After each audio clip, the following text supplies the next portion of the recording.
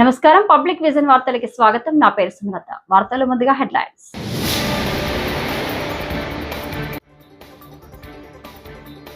స్వర్ణాంధ్ర స్వచ్ఛాంధ్ర కార్యక్రమాల్లో భాగంగా కర్నూలులో పలు అభివృద్ధి పనులకు శ్రీకారం.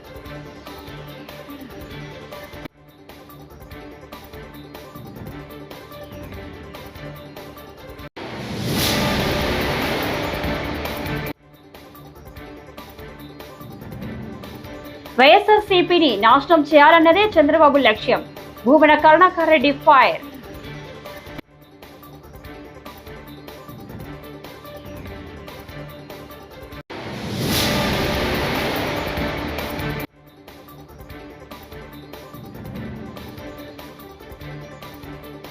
హంద్రినీవా పనులను పరిశీలించిన మంత్రి నిమ్మల రామనాయుడు.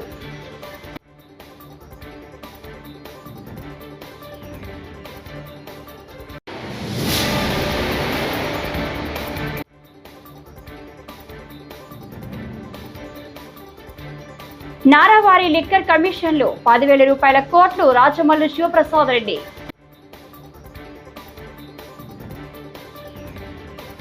ఇక డీటెయిల్స్ చూస్తే ముఖ్యమంత్రి చంద్రబాబు కర్నూలులో పర్యటిస్తున్నారు. స్వర్ణాంధ్ర స్వచ్ఛాంధ్ర కార్యక్రమంలో భాగంగా పలు అభివృద్ధి పనులకు శ్రీకారం చుట్టారు. నగరంలోని ధనలక్ష్మి నగర్ లో ఉద్యానవనం అభివృద్ధి పనులకు సీఎం శంకుస్థాపన చేశారు. ఉద్యానవనం పనులను పరిశీలించి అధికారులకు గుత్తేదారులకు పలు సూచనలు చేశారు. ఉద్యానవనం ఆవరణలో స్థానిక ఎమ్మెల్యే, ఎంపీ, మంత్రులతో కలిసి మొక్కలను నాటారు. అనంతరం సి క్యాంపు రైతు బజార్కు వెళ్లిన సీఎం చంద్రబాబు అక్కడ స్వర్ణాంధ్ర స్వచ్ఛాంధ్ర కార్యక్రమంలో పాల్గొన్నారు. రైతులు, పారిశుద్ధ్య కార్మికులతో ముచ్చటించారు. కూరగాయల వ్యర్థాలతో ఎరువుల తయారీ ప్రక్రియను సీఎం పరిశీలించారు.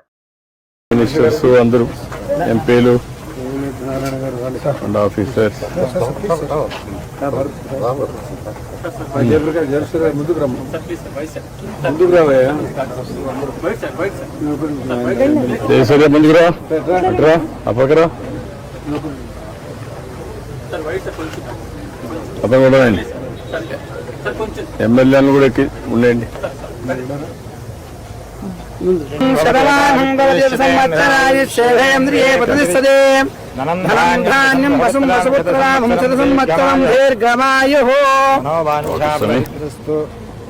ఇక్కడే మీరు చూశారు, ఒక పక్క ఎంపీ, ఎమ్మెల్యే ఇద్దరు ఆడబిడ్డలే. అది తెలుగుదేశం పార్టీ మహిళలను ప్రోత్సహించే విధానం. అందుకనే గ్రామీణ ప్రాంతాల్లో చెత్త నుంచి కాంపోస్ట్ తయారు చేయడానికి కేంద్రాలు కూడా ఏర్పాటు చేశాం. నేను ఇక్కడ మీకే ఆ బాధ్యత అప్పచెబుతున్నాను. చెత్త అంతా తీసుకుని కాంపోస్ట్ గా కన్వర్ట్ చేసి రైతులకు ఎరువుగా ఇవ్వాల్సిన బాధ్యత డాక్రా సంఘాలపైన ఉంది. ఈ పని మీరు చేయండి, మీకు ఆదాయాన్ని ఇచ్చే బాధ్యత నేను తీసుకుంటానని మా డాక్రా సంఘాలకు హామీ ఇస్తున్నా. అక్కడి నుంచి రాష్ట్రంలో ఒక 75 సెంటర్లు పెడతాం. ఏదైతే తడి చెత్త అంతా కూడా కాంపోస్ట్ గా తయారు చేసి, పొడి చెత్త ఉంటుంది, అందులో సెల్ ఫోన్లు చెత్త ఉంటుంది, ప్లాస్టిక్ ఉంటుంది, గ్లాస్ ఉంటుంది, పేపర్లు ఉంటాయి, రకరకాలుగా వస్తువులుంటాయి. అవన్నీ కలెక్ట్ చేసి మళ్లీ రీసైక్లింగ్ పంపిస్తాం, ఫ్యాక్టరీలకు పంపిస్తాం. దానివల్ల మళ్ళా ఫ్యాక్టరీల్లో కొత్తగా ఇనుము తయారు చేయకుండా ఇనుపు వస్తువులు తయారు చేస్తారు. సెల్ ఫోన్లు ఇవన్నీ మెల్ట్ చేసి సెల్ ఫోన్ లో వాడతారు. ఇంకో పక్క పేపర్లన్నీ వాడి మళ్ళా పేపర్లు తయారు చేస్తారు. ప్లాస్టిక్ మంతా చేసి మళ్ళా ప్లాస్టిక్ తయారు చేస్తారు. అనేక వస్తువులు తయారు చేసే పరిస్థితి వస్తుందని చెప్పి కూడా నేను మీకు తెలియజేస్తున్నా. ఒక ఉద్యమ స్ఫూర్తితో తీసుకున్నాను. నేను మొన్న కూడా ఒకసారి మీటింగ్ పెట్టుకొని రివ్యూ చేశాను. దీనికి ఒక ఆర్గనైజేషన్ చార్ట్ కూడా ఇచ్చాను. తొందరలో ఇచ్చేయగలిగితే రాష్ట్రంలో ఒకటే చెప్తున్నాం. జపాన్ లో నేను చూశాను, రోడ్డు మీద ఎక్కడ కాగితాలు కనపడవు, ఆ పేపర్లు తీసే మనుషులు కనపడరు. వాళ్ళలో ఒక సంస్కృతి వచ్చింది. ఎవరన్నా చెత్త వేయాలంటే వాళ్ళకు నామోషి. అందుకే ఎక్కడ రోడ్డు మీద వేయరు. ఇంకా ఒక విషయం చెప్పాలంటే సామాజిక బాధ్యత. రోడ్డు మీద పేపర్ ఉంటే ఆ పేపర్ తీసుకుని పర్సులో పెట్టుకొని ఇంటికి పోయి డస్ట్బిన్ లో వేసే సంస్కృతి అని చెప్పి కూడా నేను మీకు తెలియజేస్తున్నా. అంటే మనం చేయలేమా అని అడుగుతున్నా. మనకు అలాంటి సామాజిక బాధ్యత లేదా అని అడుగుతున్నా. ఉంది. అది మీరు చేయగలిగితే ఇది సాధ్యం అని చెప్పి కూడా నేను మీకు తెలియజేస్తున్నా. 2 నెలల్లోనే సర్క్యులర్ ఎకానమీ కింద కొత్త పాలసీ తీసుకొస్తాం. దాన్ని కూడా అమలు చేస్తామని చెప్పి కూడా నేను మీకు తెలియజేస్తున్నా. కూటమి ప్రభుత్వం అధికారంలోకి వచ్చిన నాటి నుంచి వైఎస్ఆర్సీపీని నాశనం చేయాలనే లక్ష్యంతోనే ముఖ్యమంత్రి చంద్రబాబు పనిచేస్తున్నారని మాజీ టీటీడీ చైర్మన్, వైఎస్ఆర్సీపీ అధికార ప్రతినిధి భూమన కరుణాకర్ రెడ్డి మండిపడ్డారు. మాజీ ప్రభుత్వ ఉద్యోగులు కృష్ణమోహన్ రెడ్డి, ధనంజయ రెడ్డిల అరెస్టులను ఖండిస్తూ తిరుపతి క్యాంపు కార్యాలయం నుంచి వీడియోను విడుదల చేశారు. వైఎస్ఆర్ కాంగ్రెస్ పార్టీని సమూలంగా నాశనం చేయాలన్నటువంటి సంకల్పంతో జగన్మోహన్ రెడ్డి గారి నాయకత్వాన్ని పూర్తిగా నిర్వీర్యం చేయాలని ప్రతిజ్ఞ చేస్తూ ప్రతిరోజు వాళ్ళ అధికారంలోకి వచ్చినప్పటి నుంచి వైఎస్ఆర్ కాంగ్రెస్ పార్టీ మీద కక్షబోని నిరంతరము మారణ హోమం జరిపిస్తున్న సంగతి అందరికీ కూడా తెలిసిందే. జగన్మోహన్ రెడ్డి గారిని బలహీనపరచటం ద్వారానే మనం అధికారంలో కొనసాగగలము అనేటువంటి ఒక ఆలోచనతోటి వాళ్ళ అధికారంలోకి వచ్చినప్పటి నుంచి వైఎస్ఆర్ కాంగ్రెస్ పార్టీ శ్రేణుల మీద అనేక రకాలైనటువంటి దాడులు, దౌర్జన్యాలు చేయటమే కాకుండా ఆ ప్రభుత్వంలో పనిచేసినటువంటి మంత్రులతో సహా, శాసనసభ్యులతో సహా, నాయకులు, కార్యకర్తలతో సహా అందరినీ కూడా వేధింపులకు గురి చేయటమే కాకుండా చివరకు ఐఏఎస్, ఐపీఎస్ అధికారులను కూడా వదలకుండా జగన్మోహన్ రెడ్డి గారితో వీళ్ళంతా కూడా అతి ముఖ్యంగా వ్యవహరించినారు అన్నటువంటి కారణం మోపి వాళ్ళనందరినీ కూడా తప్పుడు కేసులు బనాయించి జైళ్లలోకి వేయటం మనం చూస్తున్నాం. ఇదంతా కూడా తను ప్రజలకు ఇచ్చినటువంటి హామీలను నెరవేర్చలేకపోవటం మూలంగా, నెరవేర్చేటువంటి ఉద్దేశం కూడా తనకు లేకపోవటము, సూపర్ 6 అన్నటువంటి పేరుతో హామీలు ఇచ్చి అధికారంలోకి వచ్చినటువంటి చంద్రబాబు నాయుడు గారు, పవన్ కళ్యాణ్ గారు దాదాపు సంవత్సరమైనా కూడా వాళ్ళ పాలనలోకి వచ్చి ఇప్పటి వరకు ఒక్క ప్రజామోదమైనటువంటి కార్యక్రమాన్ని తీసుకోకుండా ప్రజలకు ఇచ్చినటువంటి వాగ్దానాల్ని ఒక్కదాన్ని కూడా సంపూర్ణంగా నెరవేర్చకుండా నిరంతరము డైవర్షన్ పాలిటిక్స్ చేస్తూ ఈ రకంగా ప్రతి నెల అనేక మంది వైఎస్ఆర్ కాంగ్రెస్ పార్టీ శ్రేణుల్ని, అధికారుల్ని జైళ్లలోకి పంపే కార్యక్రమాన్ని మనం చూస్తున్నాం. దీనికి పరాకాష్ఠగా నిన్న మద్యం కుంభకోణం అనేటువంటి పేరుతో చంద్రబాబు నాయుడు గారి ప్రభుత్వం సీనియర్ ఐఏఎస్ అధికారి అయినటువంటి ధనంజయ రెడ్డి గారిని, అలాగే కృష్ణమోహన్ రెడ్డి గారిని అరెస్టు చేయటం ఒక పరాకాష్ఠ. వాళ్ళిద్దరికీ కూడా ప్రభుత్వంలో చాలా మంచి పేరున్నటువంటి వ్యక్తులుగా వాళ్ళు పేరుగాంచినటువంటి వాళ్ళు. ధనంజయ రెడ్డి చాలా నిజాయితీ పరుడైనటువంటి ఆఫీసర్ అని, కృష్ణమోహన్ రెడ్డి గారు పనిచేసిన కాలమంతా కూడా చాలా నిబద్ధతతోటి పనిచేసినటువంటి ఆఫీసర్ అని వీళ్ళకందరికీ కూడా చాలా మంచి పేర్లు ఉన్నాయి. అలాగే ఐపీఎస్ ఆంజనేయులు గారు కావచ్చును, ఎవరైనా కావచ్చును, వీళ్ళకందరికీ కూడా వాళ్ళ విభాగాలలో అత్యంత మంచి పేరును సంపాదించుకొని వాళ్ళు ఉద్యోగం చేసినటువంటి వాళ్ళు. ఒక తప్పుడు ఆరోపణతో ఈ రోజున జగన్మోహన్ రెడ్డి గారిని పూర్తిగా రాజకీయంగా నాశనం చేయటానికే పనిగట్టుకొని ధనంజయ రెడ్డి గారిని, కృష్ణమోహన్ రెడ్డి గారిని అరెస్టు చేయటం జరిగింది. వైసీపీ ప్రభుత్వంలో పెద్ద మంత్రిగా చెలామణి అయిన వ్యక్తి అవినీతి కూడా అదే స్థాయిలో చేశారని మంత్రి నిమ్మల రామానాయుడు ఆరోపించారు. అన్నమయ్య జిల్లా తమ్మలపల్లి నియోజకవర్గంలోని హాంద్రినీవా పనులను ఆయన పరిశీలించారు. హాంద్రినీవా కాలువ సిమెంటు లైనింగ్ పనుల ప్రారంభానికి పూజలు నిర్వహించారు. అటవీ శాఖ మంత్రిగా ఉంటూ 3 జలాశయాల నిర్మాణాల కోసం పర్యావరణ అనుమతులు తీసుకోలేదన్నారు. రైతులకు పరిహారం ఇవ్వకుండా బలవంతంగా భూములను లాక్కున్నారని మండిపడ్డారు.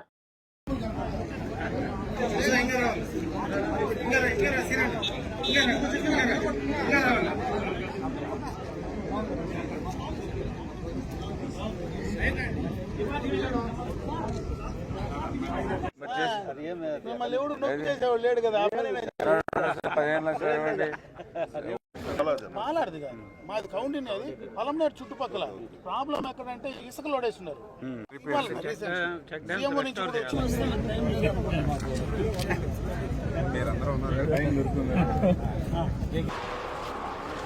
ట్రాఫిక్ వెళ్ళిపోమనమ్మా, పంపించండి. చెప్పు, ఎదురు ఫోన్ చేసి చెప్పు. ఇట్లా వచ్చేది ఇప్పుడు వాటర్ మనకి అక్కడ రిజర్వ్ అవుతుంది. ఏది కుప్పం బ్రాంచ్, ఏది లైన్ ఉంది. ఇక్కడ నుంచి సేమ్ అయిపోయి ఉంటుంది కాదు. మన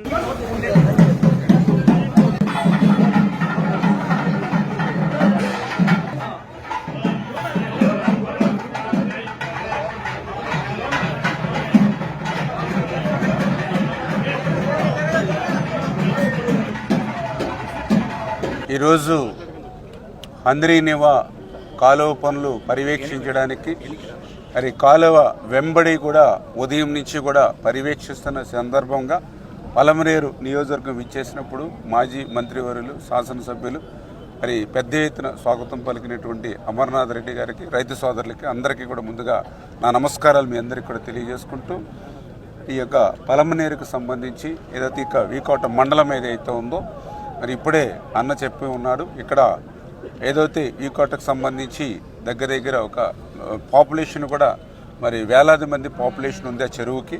ఖచ్చితంగా ఆ చెరువుకి మనము ఈ యొక్క బ్రాంచ్ కెనాల్ నుంచి వాటర్ ఏదైతే ఓటీ తీసుకుని ఆ ఓటీ నిర్మాణం చేసి దాని నుంచి అక్కడ ఒక 700 మీటర్ల వరకు కూడా కచ్చా కింద ఉండి పూడిపోతుంది. దాన్ని కూడా క్లీన్ చేసి అది సిమెంట్ డ్రైన్ కింద అంటే ఏదైతే ఆ వాటర్ని ఓటీ నుంచి డైరెక్ట్గా ఆ చెరువుకి వెళ్ళేటువంటి విధంగా సిమెంట్ లైనింగ్ చేసి ఏర్పాటు చేయమని ఏదైతే కోరారో మరి దాన్ని కూడా ఇప్పుడే అధికారులు అదేవిధంగా ఏజెన్సీతో కలిపి ఈ యొక్క బ్రాంచ్ కెనాల్తో పాటు ఆ పనులు కూడా పూర్తి చేయమని చెప్పేసి కూడా అధికారులకు కూడా ఆదేశించడం జరిగింది. అదేవిధంగా ఏదైతే ఈ యొక్క కుప్పం బ్రాంచ్ కెనాల్కి సంబంధించి రైతాంగం ఎవరైతే ఉన్నారో, గ్రామాలు ఎవరైతే ఉన్నారో, పొలాలు ఎవరైతే ఉన్నారో వాళ్ళకి ఒక బ్రిడ్జెస్ కూడా ఒక 5 బ్రిడ్జిల వరకు కూడా అవసరమవుతాయని ఏదైతే అంచనా వేయడం జరిగిందో దాన్ని కూడా అధికారులు పరిశీలించి ఎవరికి ఇబ్బంది లేకుండా ఆ బ్రిడ్జెస్ కూడా మరి నిర్మాణం చేయమని చెప్పేసి కూడా అధికారులు ఏజెన్సీలు కూడా మరి అందులో ఇంక్లూడ్ చేసి చేయమని చెప్పేసి కూడా ఆదేశం. ఎందుకంటే గౌరవ ముఖ్యమంత్రి చంద్రబాబు నాయుడు గారు కూడా చాలా క్లియర్గా చెప్పారు ఏదైతే ఆ హెచ్ఎన్ఎస్ఎస్ కెనాల్ ఏదైతే రాష్ట్రంలో కూటమి ప్రభుత్వం అమలు చేస్తున్న లిక్కర్ పాలసీ ద్వారా కోట్లాది రూపాయలు అక్రమంగా అమరావతిలోని చంద్రబాబు కరకట్ట ప్యాలెస్ కు చేరుతున్నాయని వైఎస్ఆర్సీపీ అధికార ప్రతినిధి మాజీ ఎమ్మెల్యే రాచమల్లి శివప్రసాద్ రెడ్డి అన్నారు. ప్రొద్దుటూరులో మీడియాతో మాట్లాడుతూ ప్రతి ఏటా నారావారి లిక్కర్ కమిషన్లు అక్షరాల 2200 కోట్లు అని అన్నారు. డిస్టిలరీల నుంచి ఏడాదికి 1000 కోట్లు, సీఎం చంద్రబాబుకు లిక్కర్ షాపుల నుంచి ఆయన కుమారుడు నారా లోకేష్ కు 1200 కోట్లు ముడుపులు అందుతున్నాయని వెల్లడించారు. ఒక సంవత్సరం కాలానికి ఎవరినైతే ఆయన అరెస్ట్ చేయాలనుకుంటున్నాడో అరెస్ట్ చేసేదానికి కావాల్సిన రాగం తీస్తా వచ్చినాడు. అందులో భాగమే ఇప్పటి వరకు 6-7 అరెస్ట్ చేసినారు. అందులో నిన్నటి దినము మాజీ ముఖ్యమంత్రి జగన్మోహన్ రెడ్డి గారి ముఖ్య కార్యదర్శి ధనంజయ రెడ్డి గారిని, ఓఎస్డి కృష్ణమోహన్ రెడ్డి గారిని, వీరిద్దరిని కూడా ప్రభుత్వ ఉద్యోగస్తులైనప్పటికీ ఐఏఎస్ అయినప్పటికీ మద్యం పాలసీతో ఏమాత్రం సంబంధం లేని వ్యక్తులు. వీళ్ళేమీ మద్యం పాలసీని ఇంప్లిమెంటేషన్ చేసేవాళ్ళు కాదు, లేకుంటే నిర్ణయాలు తీసుకునేవాళ్ళు కాదు, పెన్నుతో సంతకం పెట్టేవాళ్ళు కాదు. ఏ సంబంధం లేని ఈ ప్రభుత్వ ఉన్నతాధికారులను సైతం కేవలం కక్షపూరితమైనటువంటి ఆలోచన విధానంతో కక్ష సాధించాలా, జగన్మోహన్ రెడ్డి సంబంధించిన వాళ్ళని ఇబ్బంది పెట్టాలని ఒకే ఒక ఉద్దేశంతో వీళ్ళ మీద కేసు నమోదు చేసి రిమాండ్ పంపినారు. దీనికి సంబంధించి ఈ మద్యం పాలసీకి సంబంధించి జరిగిన అవినీతి ఏంది, అక్రమాలు ఏంది, 3200 కోట్ల రూపాయలు ఎక్కడ ఎవరు దండుకున్నారు, ఏ సాక్ష్యాలతో ఏ ఆధారాలతో ధనంజయ రెడ్డి గారిని కృష్ణమోహన్ రెడ్డి గారిని అరెస్ట్ చేసినారో కూడా స్పష్టత లేదు. నేను స్పష్టంగా చెప్తా ఉన్నా రాష్ట్ర ప్రజలకు. ఒక చిన్న ఉద్యోగి, ఏపీ బ్రూవరీస్లో పనిచేసే చిన్న ఉద్యోగి సత్యప్రసాద్ అనే ఒక ఉద్యోగిని బలవంతంగా సిఐడి వాళ్ళు అదుపులోకి తీసుకొని బెదిరించి, 10 సార్లు బెదిరించి మేము చెప్పినటువంటి స్టేట్మెంట్ మీరు రికార్డ్ చేయాలని చెప్పి బలవంతంగా అతనితో వాళ్ళకు కావాల్సిన పేర్లన్నీ చెప్పించుకునే ప్రయత్నం చేసినారు. సత్యప్రసాద్ అనే ఒక చిన్న ఉద్యోగి. అసలు అవుట్సోర్సింగ్ విధానంలో పనిచేసే అనూష అనే ఒక అమ్మాయి డిటిపి ఆపరేటర్. ఆమెతో వాళ్ళకు కావాల్సిన స్టేట్మెంట్ ఇప్పించుకునే ప్రయత్నం చేసి బెదిరించి ఎవరెవరి పేర్లు చెప్పాలో వాళ్ళ పేర్లు చెప్పించుకొని ఆ తర్వాత ఇన్వెస్టిగేషన్ అనేది ప్రారంభించి తలా తోక తొండం లేకుండా, సరైనటువంటి సాక్ష్యం ఆధారం లేకుండా నిర్ణయం చేసే అధికారం లేని వ్యక్తులను సైతం, ప్రత్యక్షంగా అవినీతిలో పాలు పంచుకోని అధికారులను సైతం ముద్దాయిలు చేసి ఈరోజు జైలు పంపిస్తున్నారు. ఇది ఎంత కక్ష సాధింపు చర్య! స్వీయ నిర్మాణంలో సమంత అతిథి పాత్ర పోషించిన చిత్రం శుభ. గవిరెడ్డి శ్రీనివాస్, శాలిని, శ్రీయా కొంతం, చరణ్ పేరి తదితర వర్ధమాన నటులతో దర్శకుడు ప్రవీణ్ కాంట్రేగుల తెరకెక్కించారు. ఈ హారర్ కామెడీ మూవీ ఈ నెల 9న విడుదలైన సంగతి తెలిసిందే. శుక్రవారం నిర్వహించిన సక్సెస్ ఈవెంట్ తో సమంత సహా టీం పాల్గొని సందడి చేసింది. యాజ్ అన్ యాక్టర్గా నిజంగా చెప్పాలంటే యాక్టర్ లైఫ్ చాలా ఖుషి. సినిమా సెట్కి లాస్ట్గా మేము వస్తాం, ఫస్ట్గా వెళ్ళిపోతాం.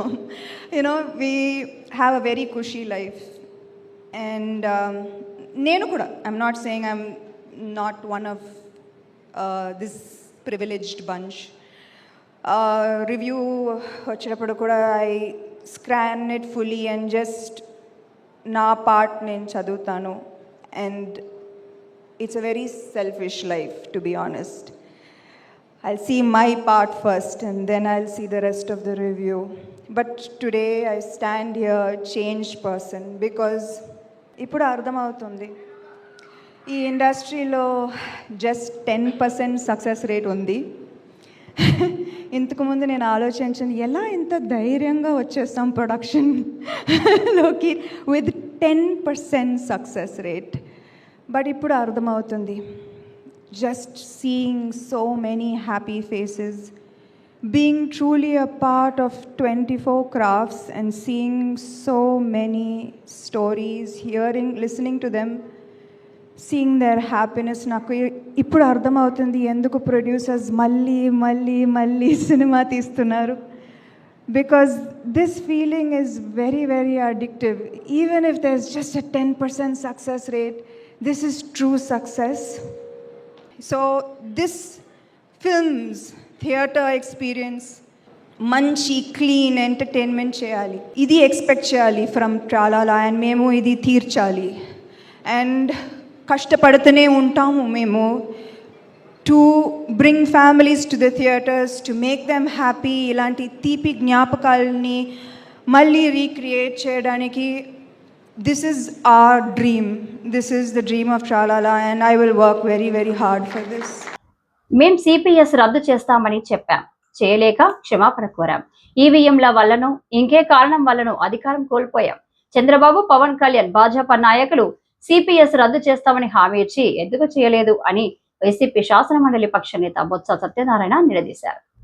వైసీపీ ఉమ్మడి ఉభయ గోదావరి జిల్లాల ముఖ్య నేతల సమావేశం కాకినాడలో జరిగింది. అనంతరం విలేకరులతో ఆయన మాట్లాడుతూ రాష్ట్రంలో సంస్థాగతంగా 90% మండల స్థాయి కమిటీలు వేశామని, మిగిలినవి జూన్ లోపు, గ్రామ స్థాయి కమిటీలను జూలై లోపు నియమిస్తామన్నారు.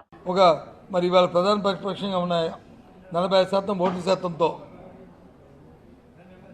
ఉన్న వైఎస్ఆర్సీపీ పార్టీ, జగన్మోహన్ రెడ్డి నాయకత్వంలో మా పార్టీ ప్రజా సమస్యల పట్ల ఇప్పటికే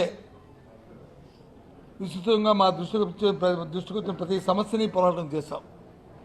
ఉదాహరణకు వచ్చి అంతకుముందు విద్యుత్ శక్తి మీద చేసాం, అలాగే విద్యార్థుల ఫీజు రీయింబర్స్మెంట్ చేసాం, అంతకుముందు రైతు పోరాటం చేస్తాం, రైతు సమస్యల మీద చేసాం, అలాగే చేస్తాం.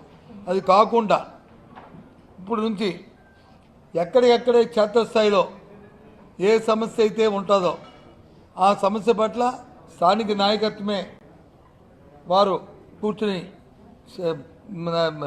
నియోజక స్థాయిలో కానీ, జిల్లా స్థాయిలో కానీ, జిల్లా నాయకత్వం కానీ, లేదు నియోజక నాయకత్వం కానీ ఆ స్థాయిలో అవసరమైతే అక్కడ ఉన్న ఎండిఓ ఆఫీస్కో లేకపోతే జిల్లా కలెక్టర్ ఆఫీస్కి వెళ్ళి మరి వినతి పత్రాలు ఇస్తూ అవసరమంటే నిరసన తెలుపుతూ శాంతియుతంగా అవసరమైతే ఇంకా నిరాదీక్ష కూడా చేయాలనేది నిర్ణయించుకున్నాం. దానికి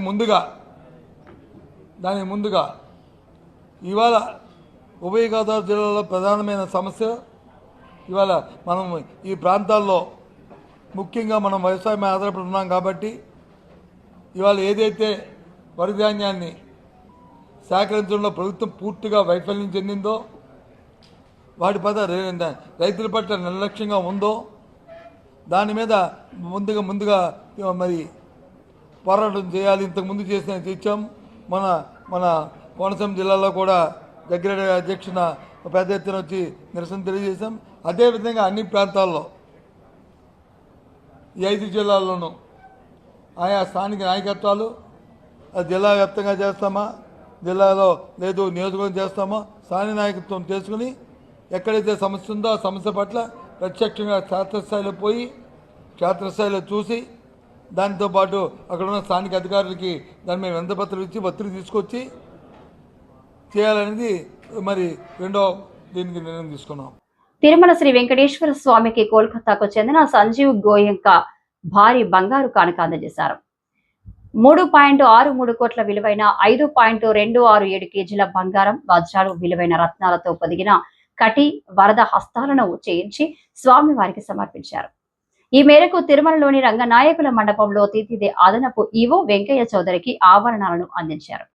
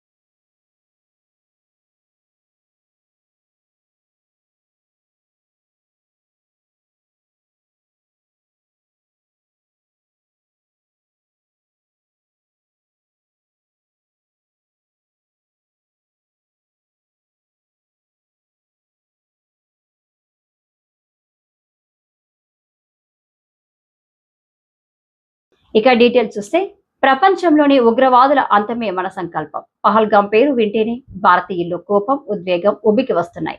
భార్య ముందే భర్తను, కొడుకు ముందే తండ్రిని మతం పేరు అడిగి చంపేశారు.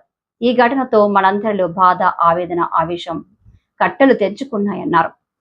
ఆడబిడ్డల నుదిటి తిలకం చెరిపేసిన ఒక్క ఉగ్రవాది భూమి మీద ఉండడానికి వీల్లేదని ఆపరేషన్ సింధూర్ కు ప్రధాని మోదీ శ్రీకారం చుట్టారు.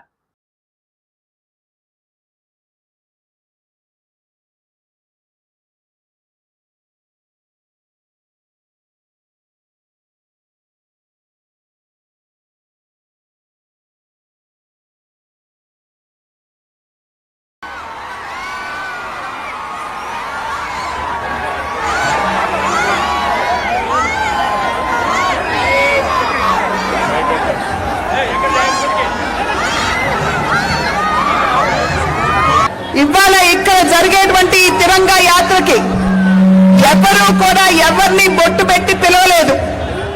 కూటమి ఏదైతే ఉందో మేము సైనికులకి సంఘీభావం తెలపాలి. అందులోనూ మన రాష్ట్రానికి చెందినటువంటి ముద్దుబిడ్డ మురళీ నాయక్ తన ప్రాణం కోల్పోయినటువంటి సందర్భంలో ధీటైనటువంటి సమాధానం ఇచ్చేటువంటి వారికి అండగా నిలబడాలి అనేటువంటి ఆలోచనతోటి ప్రతి ఒక్కరూ కూడా పౌరులందరూ స్వచ్ఛందంగా ఇవాళ ఇంత పెద్ద సంఖ్యలో ఇక్కడికి వచ్చి సంఘీభావం తెలపడం అన్నది ఇది నిజంగా ఇక్కడికి వచ్చినటువంటి ప్రతి ఒక్కరికి నేను శిరస్సు వంచి నమస్కరిస్తున్నాను అని చెప్పి తెలియజేస్తూ, అలాగే మురళీ నాయక్ 23 ఏళ్ళ కుర్రవాడు. ఈ మురళీ నాయక్ దేశం కోసం సినిమాలు చూడలా, సినిమాలు చండింగ్ చెప్పలా, భారత్ మాతాకి జై చెప్పాడు. ఎప్పుడైతే భారత్ మాతను ప్రేమిస్తారో వాళ్ళు నిజమైన దేశ పౌరులు. సినిమాలు రావచ్చు, సినిమాలు పోవచ్చు. మొన్న టీవీ ఇంటర్వ్యూలో కూడా చెప్పా, సెలబ్రిటీస్ ఎవరు మాట్లాడలేదు, హీరోలు ఎవరు మాట్లాడలేదు, బాలీవుడ్ హీరోస్ ఎవరు మాట్లాడలేదు అంటే వాళ్ళెవరు కూడా దేశాన్ని నడిపే వ్యక్తులు కాదు. They are mere entertainers, they are good performers. అంతకు మించి సెలబ్రిటీస్ గురించి దేశభక్తిని ఆశించకండి. దేశభక్తి ఇక్కడ ఉంది. ఒక మురళీ నాయక్ లాంటి వాడు, 23 ఏళ్ళ కుర్రవాడు, పోతే సైనికుడిగా పోవాలి, దేశాన్ని కాపాడుతూ పోవాలి. అలాంటి మురళికి మనం ఏం చెప్పగలం? తల్లిదండ్రులకి ఏం చెప్పగలం? ఒకటి దేశం కోసం ప్రాణాలు వడ్డేసి వెళ్ళిపోయిన మురళీ నాయక్ ఆత్మకి శాంతి కలగాలని కోరుకుంటూ, 25 ఏళ్ల యువసుండే కుర్ర వ్యక్తిని మనం గుర్తుపెట్టుకుందాం, స్ఫూర్తిని తెచ్చుకుందాం. అలాంటి త్యాగదనిని ఆంధ్రప్రదేశ్ రాష్ట్రమే కాకుండా దేశం మొత్తం గర్విస్తుందని చెప్పి కూడా నేను మీకు తెలియజేస్తున్నా. అత్యంత కఠినమైన పరిస్థితులు, సరిహద్దుల్లో రాత్రి పగలు లెక్క చేయకుండా మన దేశాన్ని కాపాడి మనల్ని కాపాడుతున్నటువంటి జవాన్లకి చేతులెత్తి నమస్కరిస్తున్నా. వాళ్ళందరికీ కూడా సెల్యూట్ చేస్తున్నానని చెప్పి కూడా నేను మీకు తెలియజేస్తున్నాను. వాళ్ళు పోరాడుతున్నారు. ఈ వార్తలు ఇంతటితో సమాప్తం. నమస్కారం.